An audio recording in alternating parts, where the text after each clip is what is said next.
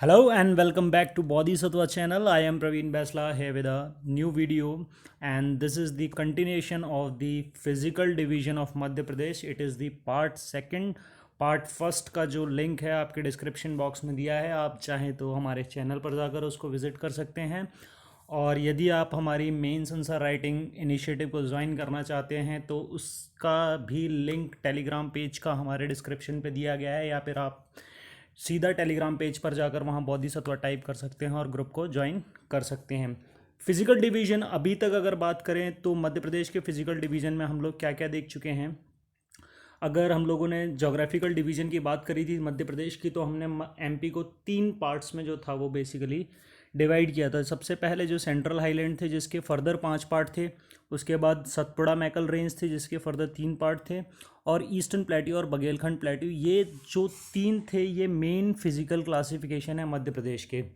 इसके बाद पिछले वीडियो में हम लोगों ने central highland, Bundelkhand plateau, Rewa Panna plateau के बारे में हम लोग देख चुके हैं।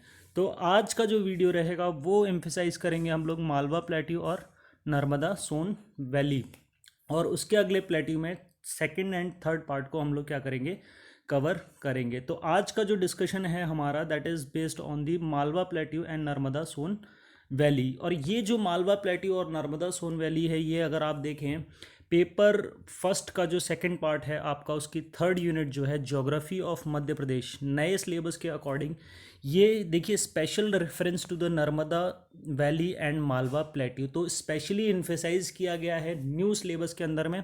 और वैसे भी इम्पॉर्टेंट है ये, क्योंकि मालवा प्लेट्यू से रिलेटेड क्वेश्चंस मेंस में एज वेल एज प्री में दोनों में पूछे जा चुके हैं, और नर्मदा वैली से भी क्वेश्चंस। तो ज्योग्राफिकल लोकेशन की अगर बात करें, दोनों जो हमारे मालवा प्लेट्यू और नर्मदा सोन वैली है वो कहाँ कहाँ पर पड़ते हैं, तो ये फिजिकल मैप में आप देख सकते हैं। ये आपका मालवा प्लेट्यू रहेगा। मालवा प्लेट्यू जो है ये सबसे बड़ा ज्योग्राफिकल फीचर है एमपी के अंदर में। 28.62% ज्योग्राफिकल लैंड को ये क्या करता है, कवर करता है। और इसके बाद जो है आपका नर्मदा सोन वैली जो लगभग 27.92% को कवर करता है। शुरू करते हैं मालवा प्लेट्यू से। मालवा प्लेट्यू में सबसे पहले जो है ज्योग्राफिकल एक्सपेंशन अगर हम लोग देखें, तो ज्योग्राफिकल एक्सपेंशन को अगर हम लोग देखते हैं तो 20 degree 17 minute north to 25 degree 8 north तक, और फिर उसके बाद 74 डिग्री 20 ईस्ट से लेकर 79 डिग्री 20 नॉर्थ तक।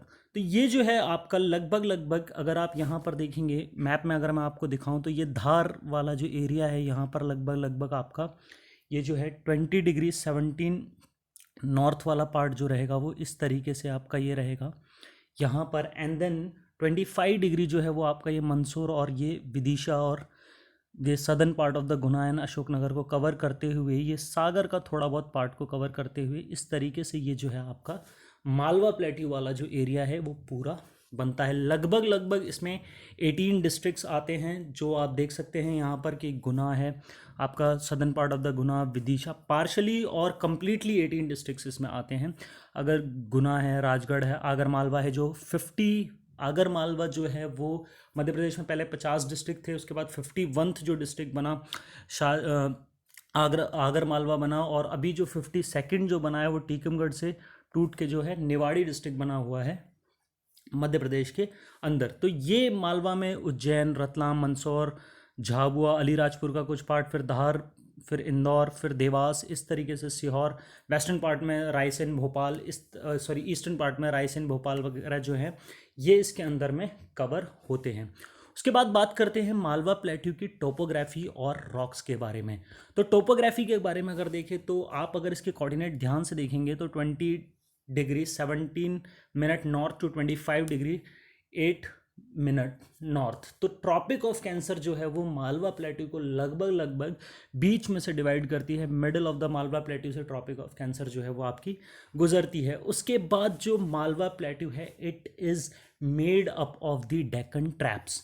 ये डेक्कन ट्रैप्स क्या है? Deccan traps basically volcanic activity से प्रोड्यूस हुआ लावा है, जो कि अर्थ जो इंडियन कॉन्टिनेंट पर सरफेस्ड हुआ था एक पर्टिकुलर टाइम पीरियड पर, और इससे जो टाइप के रॉक डेवलप होते हैं वो बेसाल्टिक रॉक होते हैं, और जो टाइप की सॉइल जो बनती है दैट इज़ आपकी रिगर सॉइल, और जिसको हम लोग ब्लैक सॉइल भी कह देते हैं। इन डेक्कन ट्रैप्स का निर्माण किस तरीके से हुआ था उसको समझते हैं थोड़ा सा।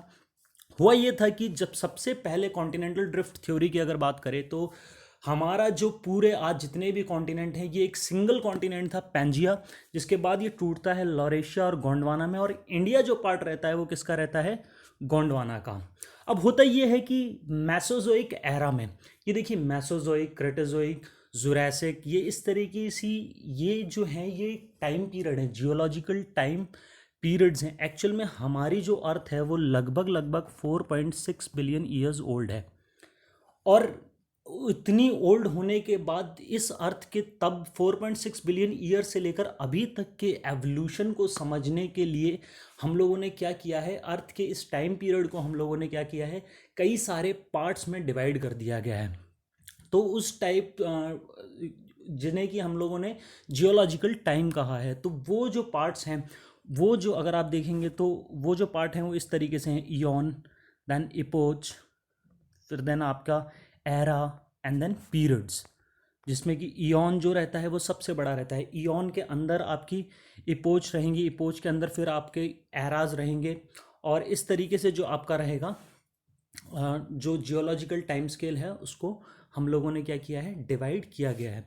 तो ऐसे ही जो आपका मैसोजोइक एरा था, मैसोजोइक एरा में क्या होता है, ये इंडियन कॉन्टिनेंट जो है आपका आज का जो इंडिया है ये गोंडवाना लैंड से टूटता है और नॉर्थवर्ड मूवमेंट करना स्टार्ट करता है। अब जब ये नॉर्थवर्ड मूवमेंट करता है तो आपने अभी का अगर अफ्रीका का मैप देखेंगे तो आप उसमें देखेंगे एक मैडागास्कर आइलैंड है, उसके ऊपर अगर थोड़ा सा आप मूव करेंगे तो वहाँ पर आपको रीयूनियन आइलैंड्स दिखाई देंगे। तो वो रीयूनियन आइलैंड्स जो थे वो उस वक्त उनमें क्या हो रही थी, वो एक्टिवेट थे, वॉल्केनिक एक्टिविटी हो रही थी, और चूंकि इंडिया जो था वो नॉर्थ ईस्टर्न साइड में मूव कर रहा था, तो लेट क्रिटेरियस एज में लगभग लगभग आपके 100 to 66 मिलियन ईयर्स अगो जो था इंडियन कॉन्टिनेंट जो था वो उन रीयूनियन आइलैंड के ऊपर आता है, और रीयूनियन आइलैंड के ऊपर आने के कारण जो रहता है इंडिया का जो सरफेस है, जो लैंडमास है, उसके ऊपर वो वॉल्केनिक जो मैग्मा जो था वो एरप्ट होकर आता है, और वो लेयर बाय लेयर्स क्या रहता है, बिछना स्टार्ट हो जाता है। और चूंकि जो इंडियन प्लेट थी ये काफ़ी स्लो मूवमेंट रहता है, जो प्लेट मूवमेंट रहता है ये काफ़ी स्लो रहता है, तो ये एक सिग्निफिकेंट टाइम पीरियड तक क्या रही, उस प्लेट पर क्या बोलते हैं, उस रीयूनियन आइलैंड वाली जगह पर इंडियन प्लेट जो थी वो मौजूद रही, और उसके कारण बार बार लेयर दर लेयर जो था आपका जो लावा था वो इंडियन कॉन्टिनेंट पर क्या होता रहा, बिछता रहा, और इसी को हम लोगों ने क्या कह दिया है, डेक्कन ट्रैप्स कर दिया। और क्योंकि इंडियन प्लेट का जो था मूवमेंट जो था वो नेचुरल मूवमेंट जो था वो नॉर्थ की तरफ था, तो जो आपका लावा जो था उसका मूवमेंट जो था वो नेचुरल मूवमेंट जो रहा वो साउथ की तरफ रहा। तो आप देखेंगे कि डेक्कन ट्रैप्स की जो थिकनेस है वो अगर आप नॉर्थ टू साउथ के लिए मूव करेंगे तो वहाँ पर ज़्यादा है। इसके बाद देखते हैं the part of the Deccan, ये यहाँ से क्लियर हो जाता है कि डेक्कन ट्रैप्स क्या हैं, और बेसाल्टिक रॉक्स जो डेक्कन ट्रैप्स मतलब वॉल्केनिक एक्टिविटीज से जो आपका मैग्मा जो रहता है, जो आपका जब लावा वॉल्केनिक इरप्शन नहीं होता है उससे पहले जो मॉल्टन रॉक्स रहते हैं उनको हम लोग मैग्मा कह देते हैं, और जब वो सरफेस पर आ जाते हैं उनको हम लोग लावा कह देते हैं, और लावा से फिर जो रॉक्स बनते हैं उनको हम लोग बेसाल्टिक रॉक कह देते हैं। Basaltic traps are the thicker in the southern part and thinner in the north western and eastern part, I have explain this already. और लेकिन क्या है कि the average elevation is around 500 metre, ये जो आपका मालवा प्लेट्यू है इसका एवरेज एलिवेशन जो है वो 500 मीटर के आसपास है। क्योंकि नदर्न साइड में हम लोग जब जाते हैं इस मालवा प्लेट्यू में, I will tell you with the map, जैसे हम लोग नदर्न पार्ट में जाएंगे, ये जो आपका नदर्न पार्ट है ये इंदौर और इसके आसपास जाएंगे, तो यहाँ पर ये जो है आप जानते हैं कि यहाँ पर क्या है, आपकी विंध्याचल रेंज है, क्योंकि इसके बीच में रिफ्ट वैली है और इसमें नर्मदा फ्लो करती है, तो उससे पहले तो इनका एलिवेशन जो है वो बढ़ता जाता है, जो हाइट है इन क्या बोलते हैं मालवा प्लेट्यू की वो बढ़ती जाती है, और अराउंड एवरेज हाइट जो अगर हम लोग देखें तो वो कितनी हो जाती है, 500 मीटर हो जाती है। और इसमें जो हैं कुछ टॉप मोस्ट पीक जो हैं वो आपकी जैसे कि जाना पावा है, आपका जाना पाव जो कि 854 मीटर है। उसके बाद जो सबसे हाईएस्ट है दैट इज़ आपका सिगर माउंटेन, दैट इज़ आपका सिगर माउंटेन अराउंड 881 मीटर्स की इसकी हाइट है। तो ये जो है आपका जो है इस तरीके से जो है मालवा प्लेट्यू के सदर्न पार्ट में आपकी हाइट बढ़ती जाती है। क्लाइमेट की बात करें तो मानसून टाइप क्लाइमेट रहता है, मानसून टाइप पूरे एमपी का ही जो क्लाइमेट है वो मानसून टाइप कहा जाता है। और उसके बाद अगर रेनफॉल देखते हैं तो 75 टू 125 सेंटीमीटर होता है। और जो नदर्न पार्ट हैं जो आपके जो सदर्न पार्ट है मालवा प्लेट्यू के, उसमें जो है वो रेनफॉल काफ़ी ज़्यादा मिलता है। सॉइल के बारे में मैं बता चुका हूँ, डेक्कन ट्रैप से ब्लैक सॉइल, रेगुर सॉइल कहा जाता है जिसको कि। क्रॉप की अगर बात करें तो जो आपका वेस्टर्न मालवा है, ये क्रॉप को अगर हम लोग देखें तो हम इसको दो पार्ट्स में कर सकते हैं, एक तो आपका वेस्टर्न मालवा और एक ईस्टर्न मालवा। तो जो वेस्टर्न मालवा है यहाँ पर जो क्रॉप रहती हैं आपकी wheat, mainly wheat, cotton and then soybean. और eastern Malwa is famous for the wheat. आप देखेंगे सीहोर जो है आपका फिर आपके भोपाल के आसपास का जो एरिया है, it is famous for the wheat. और सीहोर में आपकी बहुत बड़ी खाद्य मंडी भी है इस तरीके से जो है। और फिर जो आपका ईस्टर्न मालवा है, जो वेस्टर्न मालवा है, it is famous for the cotton, wheat and soybean. अच्छा होता है यहाँ पर। और इंदौर के अंदर Indian institute of soybean research भी इस्टेब्लिश किया गया है, जो कि Indian council of agricultural research ICAR के द्वारा जो है इंदौर में स्थापित किया गया है, सोयाबीन रिसर्च सेंटर। इसके बाद रिवर्स की बात करते हैं तो रिवर्स में जो मेन रिवर है मालवा की, दैट इज़ आपकी Chambal river is the main river of the Malwa. मैं पिछली वीडियो में बता चुका हूँ कि चंबल रिवर जो है वो महू के में आपकी जाना पाओ की जो पहाड़ियाँ हैं वहाँ से निकलती है, ड्रेन होती हुई फिर उज्जैन से थोड़ा बहुत रतलाम, मंदसौर और नीमच से होती हुई इस तरीके से ये जो है यहाँ से ये फिर MP और राजस्थान की बाउंड्री बनाती हुई यमुना में मिल जाती है, यूपी में इटावा के पास में ये मिल जाती है। और ये जो है वो मेन रिवर है। और मैंने बताया कि ये जो आपका जो सेंट्रल हाईलैंड है, इसका जो नेचुरल एलिवेशन है, it is inclined in the north western direction में इंक्लाइंड है। तो सारी नदियाँ इस तरीके से फ्लो करती हैं। तो बाकी जो नदियाँ हैं आपकी काली सिंध है, ये जो आपकी काली सिंध है, फिर आपकी पार्वती है इस तरीके से, फिर बेतवा है, बेतवा भी मालवा के सम ऑफ पार्ट को ड्रेन करती है।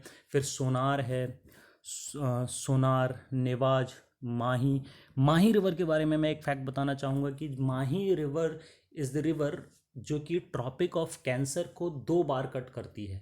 इस तरीके से जैसे आपका ये अगर ट्रॉपिक ऑफ कैंसर है तो माही रिवर ये धार के आसपास यहाँ से इस तरीके से इसको 2 बार जो है वो कट करती है। फिर शिप्रा रिवर है जो कि शिप्रा जो कि मालवा की गंगा कहा जाता है जिसको, it is the tributary of the Chambal. And फिर काली सिंध है, ठीक है, जो है इस तरीके से ये जो है मेन रिवर्स जो है ये हैं मालवा की मेन रिवर्स। इसके बाद अगर हम लोग बात करें कि जो है रिवर्स की बात हो चुकी है, सारी रिवर्स जो थी हैं वो उसको डिस्कस कर लिया। उसके बाद फीचर्स के बारे में बात करते हैं, मालवा प्लेट्यू के बारे में थोड़ा सा बात करते हैं कि फायान, जो कि फायान एक चाइनीज़ मॉन्क थे जो 4th और 5th सेंचुरी के 4th सेंचुरी के आसपास जो इन्होंने इंडिया विज़िट किया था, तो उन्होंने मालवा के क्लाइमेट को सबसे ज़्यादा प्लीजेंट क्लाइमेट बताया है वर्ल्ड के अंदर में। Again it is a mineral deficient area क्योंकि इग्नियस रॉक्स हैं यहाँ पर, जो बसाल्टिक रॉक्स हैं, इनमें जो आपके मिनरल्स जो रहते हैं वो काफ़ी कम मिलते हैं। उसके बाद कुछ शहरों की बात कर लेते हैं जो कि इम्पॉर्टेंट है। इंदौर जिसे मिनी मुंबई कहा जाता है क्योंकि because of its cotton production and cotton industries, ये रिजेम्बलेंस करता है किससे, मुंबई से, जो कि कॉटन के लिए फेमस है। इस कारणवश जो है वो इंदौर को मिनी बॉम्बे भी कहा जाता है। और होलकर रूलर्स बिलोंग करते हैं इंदौर से। ये जो होलकर रूलर्स है ये they were the one of the 5th branch of the Marathas को जब 5 ब्रांचेस में रूल करने के लिए कहा गया तो जो होलकर रूलर्स थे ये एक और उन 5 में से एक थी जो इंदौर और इंदौर के आसपास वाले रीजन में from by the side of the Maratha क्या कर रही थी, रूल कर रही थी। फिर उज्जैन की बात करते हैं। एक उज्जैन जो है ये भी काफ़ी फेमस है और ये पुराना नाम जो है उज्जैन का अवंती है। और अवंती जो था महाजनपद एज में 1 ऑफ द 16 महाजनपद था। और इसका जो फेमस रूलर था Chanda Pradyota Mahasena was the famous ruler of the Avanti. उसके बाद जो है उज्जैन में जंतर मंतर है जो कि आपके राजा जयसिंह सवाई, जो कि आपके सवाई राजा जयसिंह जो थे, आपके राजस्थान के राजपूत किंग थे, उन्होंने जंतर मंतर बनवाया था। और उज्जैन के साथ आप मुझे कमेंट बॉक्स में बताइए कि कहाँ कहाँ पर उन्होंने जंतर मंतर बनवाया था। इसके बाद उज्जैन में कुंभ मेला भी लगता है, और कुंभ मेला जो है वो उज्जैन में जो शिप्रा रिवर है उसके किनारे लगता है। और इंडिया में ये कुंभ मेला 4 जगह जो है आपका लगता है। फर्स्ट इज़ प्रयागराज और इलाहाबाद, जहाँ पर ये गंगा यमुना के कन्फ्लुएंस पे लगता है। Second is Ujjain, and third is Nashik, जहाँ पर गोदावरी रिवर पर। Third is Nashik, Godavari river, and fourth is Haridwar, again Ganga river पर। ये 4 जगह रहता है। तो कुंभ जो है वो जो है। फिर उसके बाद कालिदास द फेमस पोएट, जो कि नौरत्न में से एक थे, चंद्रगुप्त सेकंड के लगभग जो गुप्त काल था आपका, और गुप्त काल के जो फेमस रूलर थे गुप्ता एज के, दैट इज चंद्रगुप्त सेकंड, उनके कोर्ट में कालिदास जो थे वो एक नौरत्न में से थे। ऐसा कहा जाता है ही बिलोंग्स टू उज्जैन, क्योंकि उन्होंने अपनी कविता जो है मेघदूत, उसमें जो है संस्कृत लिरिक पोएम है उनकी मेघदूत, जिसके अंदर की उन्होंने उज्जैन का डिस्क्रिप्शन दिया हुआ है। तो ऐसा कहा जाता है he belongs to the Ujjain. और उसके बाद जो है कालिदास एकेडमी जो है एमपी के लिए लिहाज से इंपॉर्टेंट है कि कालिदास एकेडमी भी कहाँ पर है, उज्जैन के अंदर है। फिर उसके बाद संदीपनी आश्रम जो है आपका, ऐसा कहा जाता है बलराम और कृष्ण भगवान की जो इनिशियल एजुकेशन हुई थी वो यहीं संदीपनी आश्रम से हुई थी, तो ये भी उज्जैन में है आपका। फिर एक और इम्पॉर्टेंट चीज़, महाकालेश्वर टेम्पल। ये जो महाकालेश्वर टेम्पल है, ये इसमें ये भारत के अंदर, पूरे भारत के अंदर 12 ज्योतिर्लिंग हैं, उनमें से एक ज्योतिर्लिंग है। और ये सबसे बड़ा ज्योतिर्लिंग है पूरे 12 में, और एकमात्र दक्षिण मुखी ज्योतिर्लिंग है आपका महाकालेश्वर का ज्योतिर्लिंग। इसके अलावा महाकालेश्वर के साथ एक और 12 में से एक तो आपका उज्जैन में है, और सेकंड एक और ज्योतिर्लिंग है जो मध्य प्रदेश में है आपका, दैट इज ओमकारेश्वर। ओमकारेश्वर में है, ओमकारेश्वर, कारेश्वर, जो कि आपका खंडवा डिस्ट्रिक्ट में पड़ता है, खंडवा डिस्ट्रिक्ट में पड़ता है। तो ये 2 ज्योतिर्लिंग हैं। एंड नाउ शिप्रा रिवर मैंने बता चुका है, गंगा ऑफ मालवा कहा जाता है इसको। फिर उसके बाद बात करते हैं रायसेन की। रायसेन ये भी आपके मालवा के अंदर आता है। रायसेन में फेमस है सांची के stupas, these were the stupas, और ये आपके यूनेस्को वर्ल्ड हेरिटेज साइट में भी आते हैं, और इनको 1989 में यूनेस्को वर्ल्ड हेरिटेज साइट के अंदर में शामिल किया गया। और एक और चीज़ जो है रायसेन में famous, that is Bhimbetka caves. ये जो भीमबेटका केव्स हैं, they belongs to the middle palaeolithic age, and they provides the oldest, one of the oldest evidence of the human painting. तो ये भी आपके रायसेन में है, और इनको भी यूनेस्को वर्ल्ड हेरिटेज साइट का जो है दर्जा प्राप्त है, जो कि इनको 2003 में दिया गया था। उसके बाद गुप्ता एज की उदयगिरी केव्स विदिशा में है, और एक और जो है आपकी बाघ की गुफाएं, बाघ केव्स आपके धार में जो हैं, ये भी गुप्ता एज की बनी हुई हैं, और उदयगिरी केव्स भी।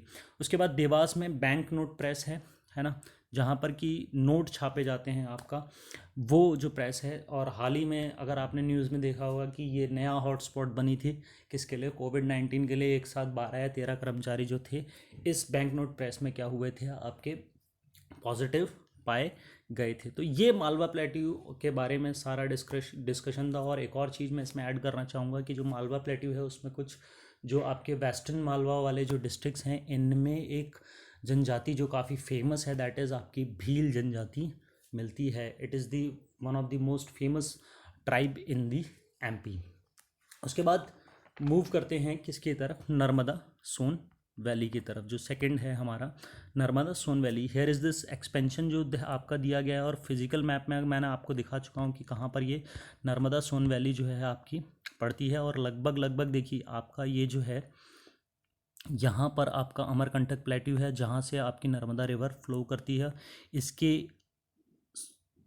नदन साइड में जो है आपके विंध्याचल रेंज है, और सदर्न साइड में आपकी सतपुड़ा रेंज है, और उसके बीच में ये रिफ्ट वैली में फ़्लो करती है, और काफ़ी तेज़ स्पीड में ये फ़्लो करती है। और यहाँ से फ़्लो करते करते फिर आपकी ये कहाँ पर जाकर, गुजरात में भरूच डिस्ट्रिक्ट के पास ये जाकर आपके जो है वो अरेबियन सागर में मिल जाती है, गल्फ़ ऑफ कैम्बे के पास। यहाँ पर ये जो है आपकी नर्मदा वैली। नर्मदा वैली के बारे में और देखते हैं कि it is the lowest part of the Madhya Pradesh. Madhya Pradesh का जो है ये लोएस्ट पार्ट है, सबसे मतलब नीचे निचला जो है पार्ट है, लेकिन लगभग फिर भी इसका जो एलिवेशन है वो 300 मीटर के आसपास है। और मालवा प्लेट्यू का जो एलिवेशन है वो लगभग कितने कितने के पास है, 500 मीटर का जो एवरेज एलिवेशन है। It flows in the rift valley, I have already told you. It is narrower in the east, जहाँ से ये फ्लो होती है वहाँ पर ये नैरोअर है। अगर आप देखेंगे, ये मैंने बताया अनूपपुर जो आपका डिस्ट्रिक्ट है उसके पास अमरकंटक जो प्लेस है वहाँ से निकलती है, फिर जबलपुर से होती हुई आपके, अगर आप डिस्ट्रिक्ट मैप में देखेंगे तो ये यहाँ पर अगर आप देखेंगे अनूपपुर शहडोल यहाँ से निकलती हुई फिर ये जबलपुर, नरसिंहगढ़, होशंगाबाद, हरदा और इस तरीके से खरगोन, खंडवा, बड़वानी, इस तरीके से होते हुए आपकी ये निकल रही है नर्मदा रिवर।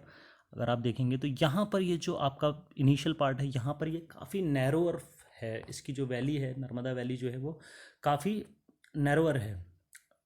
इसके बाद characterised by the black soil due to the dominance of the Deccan plateau in the southern MP. मैंने बताया कि किस तरीके से जो डेक्कन ट्रैप है वो आया है और उसी के कारण, उसका इरोजन करने के कारण जो डिपॉजिट है इसका, दैट इज़ ऑल, जो डिपॉजिट है वो भी ब्लैक सॉइल को कॉन्स्टिट्यूट करता है। अगर आप टोपोग्राफी की और बात करते हैं तो वेस्ट में इसके जो वेस्टर्न पार्ट्स हैं उसमें डेक्कन ट्रैप है। ईस्टर्न में अगर आप देखें तो जो रॉक्स की अगर बेसिकली बात करें तो वेस्ट साइड में जो है आपके नर्मदा वैली के वेस्ट साइड में जो है आपके डेक्कन ट्रैप्स है, Malwa plateau. I have already told you. Eastern part में अगर आपको इससे पहले वाला वीडियो याद होगा तो मैंने आपको बताया था कि जो मध्य प्रदेश के अंदर आर्कियन रॉक्स जो सिस्टम मिलता है, जो सबसे पुराना रॉक सिस्टम है वो यहाँ पर आपका और ये वाले एरिया के अंदर मिलता है। तो ये अगर आप देखेंगे तो ये नर्मदा वैली में भी कहीं ना कहीं कवर करता है। और आर्कियन रॉक सिस्टम अगर मिलता है तो आर्कियन रॉक सिस्टम के इरोजन से जो है आपके ये जो कडप्पन, विंध्यन रॉक सिस्टम जो कि पुराना रॉक सिस्टम के पार्ट हैं ये बनते हैं। आर्कियन के जो इरोजन से आपका धारवाड़ रॉक सिस्टम बनता है और धारवाड़ के फर्दर इरोजन से आपका जो है पुराना रॉक सिस्टम बनता है। और पुराना रॉक सिस्टम के पार्ट जो है वो कडप्पन और विंध्यन रॉक सिस्टम है। और अगर आपको मैंने याद, पिछले वीडियो में मैंने ये भी बताया था कि जो विंध्यन रॉक सिस्टम है वो एमपी में इस तरीके से निकला हुआ है, जबलपुर पास से इस तरीके से विंध्यन रॉक सिस्टम फैला हुआ है। तो आप देखेंगे कि नर्मदा वैली में भी ये कहीं ना कहीं आ रहा है। तो इस तरीके से विंध्यन रॉक सिस्टम भी यहाँ पर मिलता है। और फिर नॉर्थ में अगर आप देखेंगे विंध्यन सैंडस्टोन एंड लाइमस्टोन, मैंने बताया कि विंध्यन रॉक सिस्टम में आपके जो बलुआ पत्थर जो रहता है, लाइमस्टोन और सैंडस्टोन मिलते हैं। इसके बाद जो है आपकी नर्मदा वैली जो है इसको हम लोग जो है वो 5 फिजिकल एरिया में डिवाइड कर सकते हैं। किस तरीके से डिवाइड कर सकते हैं मैं बताता हूँ आपको। पहला जो है अगर हम लोग देखें तो पहला जो है आपका Maikal plateau region, Maikal plateau region, ठीक है। मैकल प्लेट्यू रीजन है जो पहला जहाँ से आपकी ये निकलती है। उसके बाद जो दूसरा है northern Vindhyan mountain area, northern Vindhyan mountain area जो इसके नदन पार्ट में मिलता है, ठीक है, जहाँ पर ये।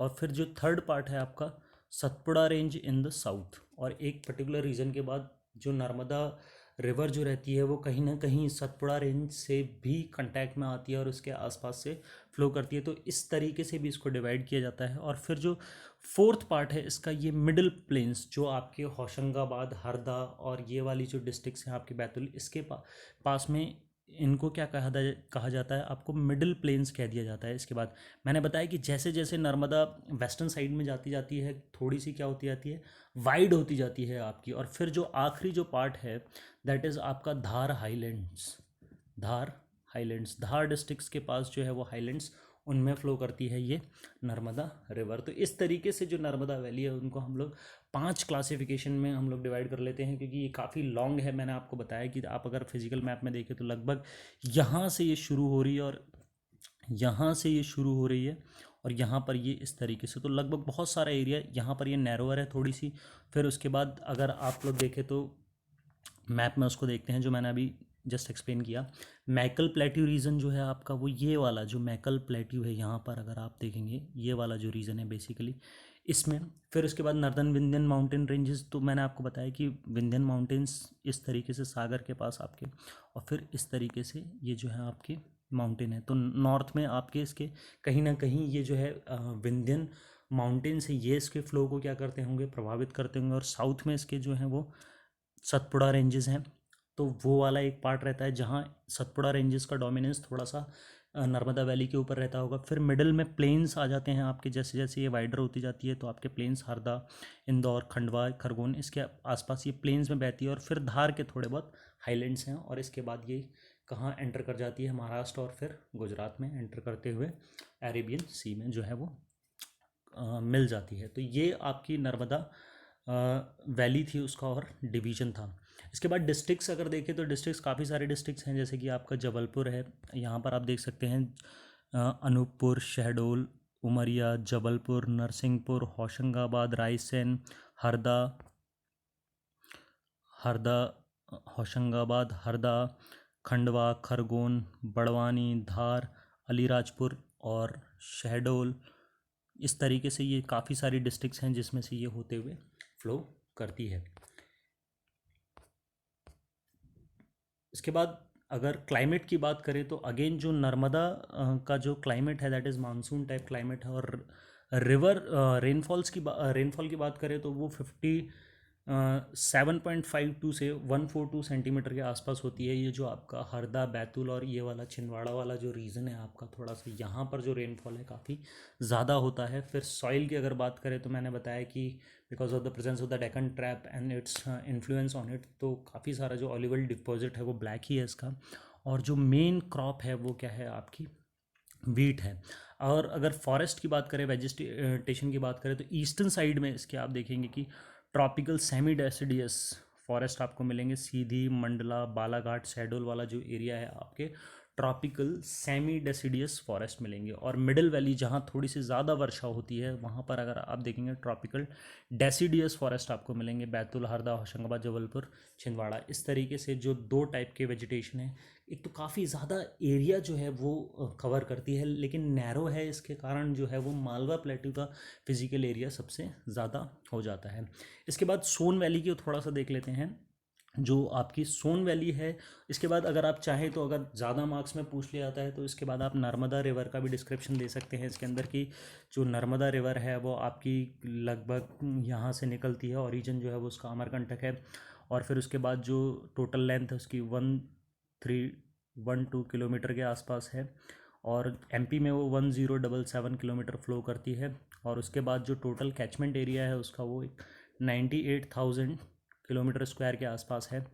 और फिर जो है 15 डिस्ट्रिक्ट से होते हुए निकलती है, ठीक है। और जो एक और फैक्ट नर्मदा रिवर के बारे में, जो कि नर्मदा की जो सदर्न ट्रिब्यूटरीज हैं, जो आपकी जो साउथ साइड से जो मिलती हैं आपकी नर्मदा रिवर में, वो ज़्यादा पानी ड्रेन करती हैं compare to the northern tributaries of the Narmada river. तो अगर ज़्यादा 15 मार्क में भी आ जाता है तो आप इस तरीके से नर्मदा रिवर का भी डिस्क्रिप्शन दे सकते हैं इम्पॉर्टेंट फीचर्स के अंदर, क्योंकि नर्मदा रिवर के बाद ही उसकी वैली का फॉर्मेशन हुआ है, नर्मदा रिवर के अराउंड ही उसकी वैली का फॉर्मेशन हुआ है। तो नर्मदा रिवर कहीं ना कहीं उसका एक सिग्निफिकेंट पार्ट है।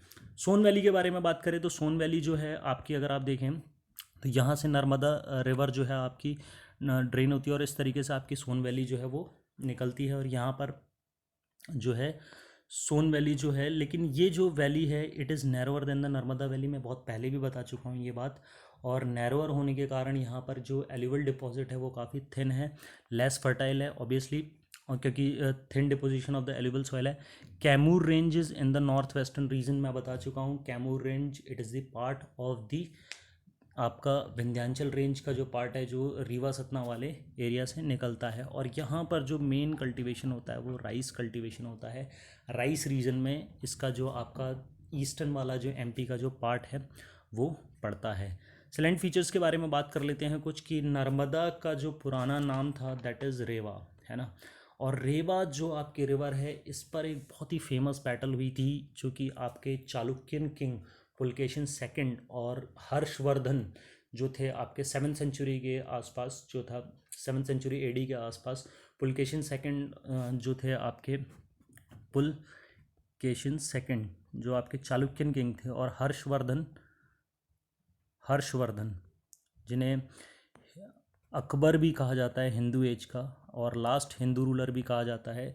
उनके बीच में एक बैटल फॉट हुई थी, और जिसमें कि पुलकेशिन सेकंड ने हर्षवर्धन को क्या कर दिया था, डिफीट कर दिया था। इस बैटल ऑफ रेवा कहा जाता है इसको। और ये जो रेवा रिवर है ये नर्मदा रिवर ही थी। फिर इसको नामोदशा कहा जाता है, ग्रीक नेम है इसका, जो ग्रीक के एक फेमस मैथमेटिशियन हैं आपके प्लॉटमी नाम के, सॉरी प्लॉटमी बोल रहा हूँ, टॉलमी नाम के, जो जिन्होंने इसको ये नाम दिया। और फिर उसके बाद लाइफलाइन ऑफ एमपी कहा जाता है। फिर मैकल सुता और सीमा देवी भी इसी के नाम है। इसके बाद कुछ इंपॉर्टेंट वाटरफॉल्स हैं जो कि नर्मदा रिवर बनाती है। धुआंधार, बेड़ाघाट, जबलपुर में ये वाटरफॉल है। कपिल धारा और दुग्ध धारा अनूपपुर डिस्ट्रिक्ट के अंदर है। सहस्त्र धारा आपका महेश्वर, जो कि आपका महेश्वर में बनाती है। और फिर उसके बाद मानधार और दादरी बड़वा में बनाती है, जो कि आपके खंडवा डिस्ट्रिक्ट में पड़ता है। इस तरीके से ये कुछ आपके क्या है वाटरफॉल है जो नर्मदा रिवर द्वारा बनाए जाते हैं। तो ये था हमारा video second part. Third part में मैं इस फिजिकल डिवीजन को क्या कर दूंगा, कंप्लीट कर दूंगा। वीडियो पसंद आया तो प्लीज़ लाइक कीजिए, शेयर कीजिए, कमेंट कीजिए और अपने दोस्तों तक भी पहुंचाइए। और हमारे टेलीग्राम पेज को ज्वाइन करने के लिए लिंक पर जाइए और टेलीग्राम पेज को ज्वाइन कर वहाँ पर इंपॉर्टेंट जो चल रहा है उसको देखिए। Thank you very much.